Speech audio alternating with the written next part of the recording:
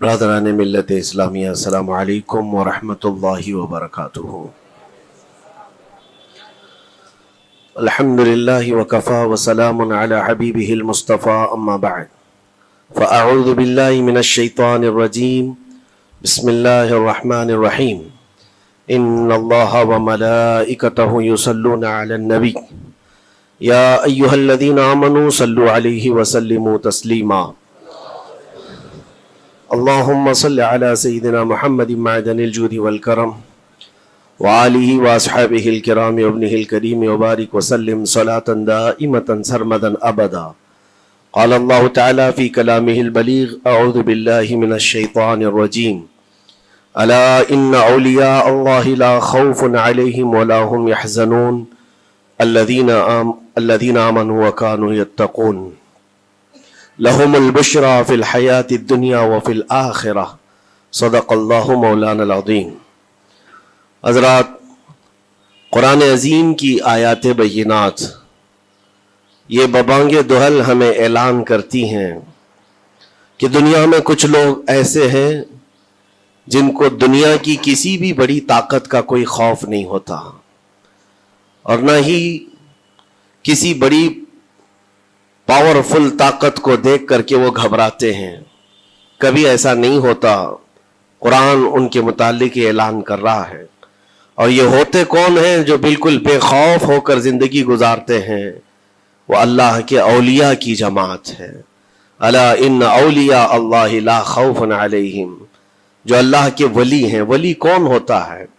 ولی کے کئی معنی ہیں، دوست کے بھی ہیں، مددگار کے بھی ہیں، غلام کے بھی ہیں، مولا کے بھی ہیں، آقا کے بھی ہیں۔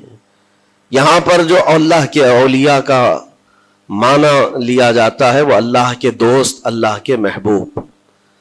وجہ یہ ہے کہ جو پیدا ہوتے ہی دنیا میں اللہ اکبر کی آواز سن کر کے آیا ہو، جس کا مطلب یہ ہوتا ہے اللہ سب سے بڑا ہے۔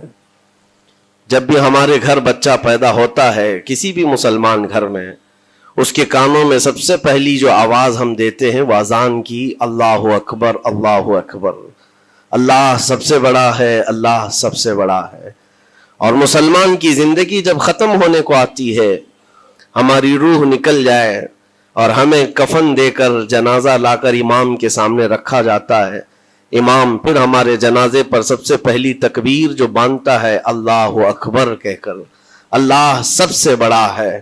مسلمان کی یہ زندگی اس بات کے بیچ میں ہے کہ آیا تھا دنیا میں اللہ اکبر کہتے ہوئے، اور جا بھی رہا ہے دنیا سے تو اللہ اکبر کہتے ہوئے۔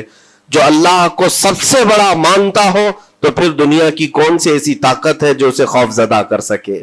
اسے کون سی طاقت ہے جو ڈرا سکے؟ لیکن بہت سارے ایسے ہیں کہ غفلت میں آ کر کے وہ کسی اور کو بڑا سمجھ لیتے ہیں۔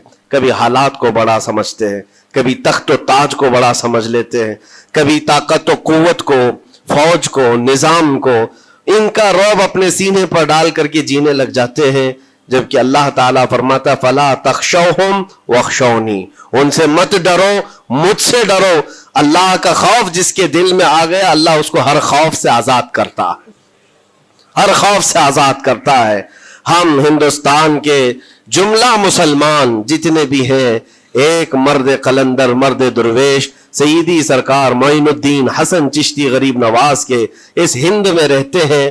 ظاہر سی بات ہے کہ ان کی سیرت ہم سب کے لیے ایک بہت بڑا مشعل راہ ہے، بہت بڑا نمونہ عمل ہے۔ آپ کو پتا ہے غریب نواز کو ہند الولی کہا جاتا ہے۔ وجہ یہ ہے کہ ولی کا ہندوستان ہے، یہ نہیں ہے کہ ہندوستان کا ولی، بلکہ یہ پورا ہند ہی ولی کا ہے۔ دربار غریب نواز سے ہندوستان کو جوڑا گیا ہے، سلطان الہند بھی کہا گیا، سلطان الاولیاء بھی کہا گیا۔ لیکن جانتے ہیں ان کے آنے کا راستہ اتنا پیچیدہ تھا۔ وہ سن 583 کی بات تھی، 583 ہجری چل رہی تھی، جب آپ حرم کعبہ سے نکل کر مدینہ طیبہ جا رہے تھے۔ اس وقت آپ کی عمر تقریباً 45 سال کے آس پاس کی تھی۔ نہایت ہی عبادت گزار، تقوی شعار، 20 سال اپنے پیر و مرشد کی خدمت کر کے وہ حرم کعبہ میں پہنچے تھے۔ 20 سال کے بعد جب مسجد نبوی میں گئے